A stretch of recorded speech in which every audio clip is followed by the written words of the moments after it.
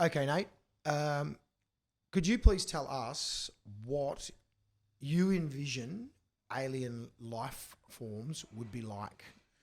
Well, it's interesting. I've fantasized most of my life about what aliens might be like. Um, as I've gotten older, I've developed a more mature view of what aliens would be like as my knowledge of science has enhanced. See, when I was young, I might have said some silly things like, oh, they might be humans with tiger heads, or they might breathe fire, or they might be a cloud of gas.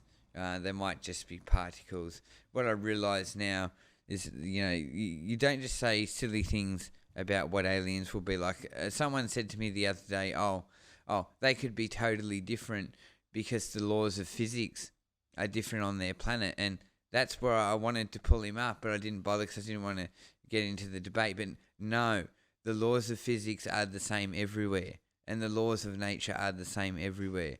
So this is what you've got to realise when you're considering what aliens will be like. There are things that they will have that will be very similar because those things are evolutionarily practical.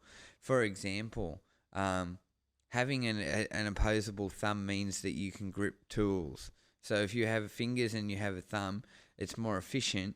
So you can grip tools and you can build things, and you can also grip things and hold things to eat them.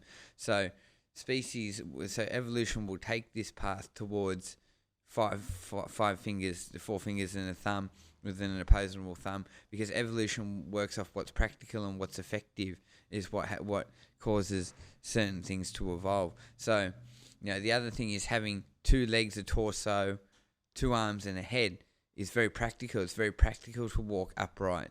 You can do more when you walk upright and when your hands are free. Animals that walk on 4 legs don't have free hands to do things with. We walk on 2 legs, so we have our hands free to do things with, you see. So evolution takes these paths. So I say, it's probably the case that we'll meet a lot of humanoids when we get out to the universe and we go out there and we meet whoever's out there. We probably will meet a lot of similar species. We'll probably meet a lot of humanoids that have 2 legs, a torso, arms and a head, opposable thumb, 4 fingers and a thumb, because this is a practical evolutionary path to take because it's effective. And that's what drives evolution, is what is effective, is what natural selection prefers and leans towards, and that's what thrives. So, there are other things that you can determine about the nature of life. Like, we know that life is carbon-based. Now, we don't know if any life can be non-carbon based, but we know that all life is carbon-based on Earth. We know that most life forms need to eat, so it's unlikely that we will meet aliens that don't require food. So most life forms in the universe will require to eat. And many life forms in the universe will require to drink water. So, we see that all life on Earth requires to drink water to survive. So it's probably the case that that's universal. All throughout the universe, life forms will require water. They will require to eat. And there are many things which are universal. Another thing which is universal is the nature of planets. Then, we know there is sand. Mars has sand. There are deserts. There will be trees. Now, the trees could be wildly different to our trees. They could evolve to be very different in different conditions. But we'll probably find that most planets that are habitable have forests. They have vegetation. They have oceans. They have sand, they have beaches, they have deserts, all these things, they have rocks. There's not a planet where there's totally different things that don't exist in the universe. All planets are going to have deserts, they're going to have forests. These sorts of things are universal. And another thing about how aliens will live, this will be quite universal as well. For example, I'm sitting on a chair at the moment. Now most species that will be out there that will walk on their 2 legs like us that are humanoid will probably have chairs. They'll probably have lounges. They probably live in houses because it's necessary to shelter yourself. So they'll probably have homes. They'll probably have homes. So these sorts of things will be universal. Other things that will be universal is the need to develop language. They will talk. Unless they're telepathic, they may also be telepathic.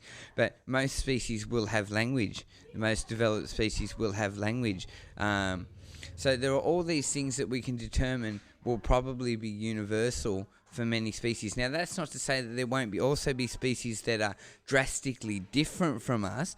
You know, we see at the bottom of the ocean that there are animals that live off volcanic ash. Now, how do you make food out of volcanic ash? Well, at the bottom of the ocean, there are life forms that live off volcanic ash. So life can be vastly different to us as well, but we'll probably find a lot of very, very similar life to us.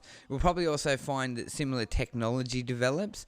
Aliens will probably develop their own television because it's natural to want to convey information to each other. So the television was always going to be invented out of a necessity to convey information to each other. So aliens will probably develop televisions. They'll probably develop computers, you know, because the idea of a computer isn't special to us. The computer serves the function of computing information, which is a necessary function. So aliens will probably develop their own computers. So see, all these things, these many, many things will be universal. So my speculation is that when we get out there and we find out who else is out there, we're probably going to meet many very similar life forms, probably going to meet humanoids. And I speculate when we travel to planets that are similar to us, that have similar vegetation, similar ecosystem, similar environment, we may meet alien species completely unrelated to us who look almost identical to us in every way. So that's the realization I've had. You know, don't come at what are aliens like with all these silly ideas that they're a cloud of gas and all that. That's just not practical. There are rules in nature that determine how life evolves. So we'll probably find a lot of similarity out there in the universe.